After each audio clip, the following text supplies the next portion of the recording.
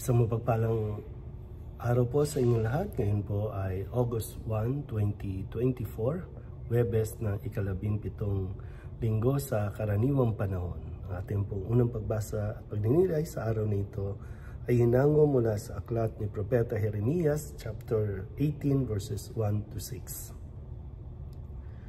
Sinabi sa akin ng Panginoon, magpunta ka sa bahay ng magpapalayok at may ipahahayag ako sa iyo. Nagpunta naman ako at dinatnan ko ang magpapalayok sa kanyang gawaan.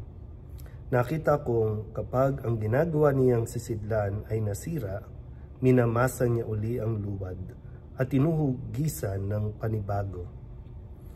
Pagkatapos sinabi sa akin ng Panginoon, hindi ko ba magagawa sa bayang Israel ang ginawa ng magpapalayok sa luwad na iyon?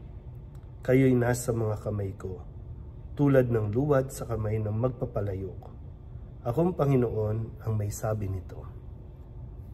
Ang salita ng Diyos.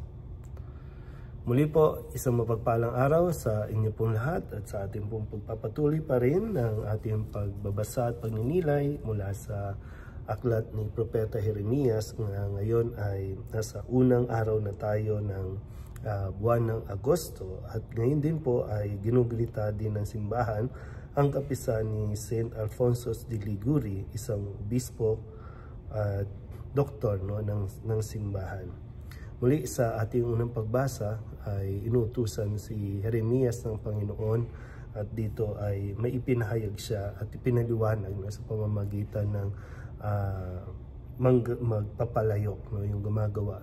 Imagine niyo po yung paggawa o paraan ng paggawa ng palayok o banga o anumang gawa sa puti na hinuhulma, at kapag hindi po ito maayos ay binabalik sa dati at inuhugis ulit. At ito yung nais na ipaunawa ng Panginoon kay Jeremias at maipaliwanag niya sa bayang Israel, dahil nga sa pundong ito maraming paghihirap ang nararanasan ng mga Israelita na akala nila ay sila ay pinaparusahan, pero ito pala ay isang uri ng pagpapanibago o paghuhubog na ginagawa ulit ng Panginoon, dahil siyempre siya ang Panginoon at nasa kanyang kamay ang ating buhay, at sinasabi nga na kung ano man ang maibigin niya.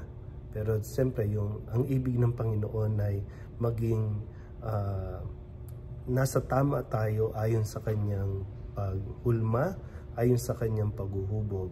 Kaya sa proseso, mahirap, masakit na pinagdaraanan ng isang tao, katulad ng ginagawa sa isang palayok. Pero pagkatapos ng lahat ng ito, ay magiging perpekto siya sa paningin ng may likha sa kanya.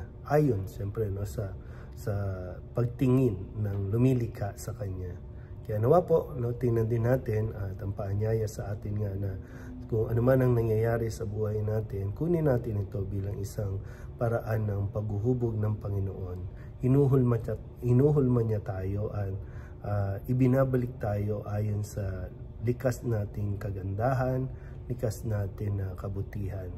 Proseso na dapat pagdaanan, proseso na dapat natin pong pagtibayin ang ating kalooban.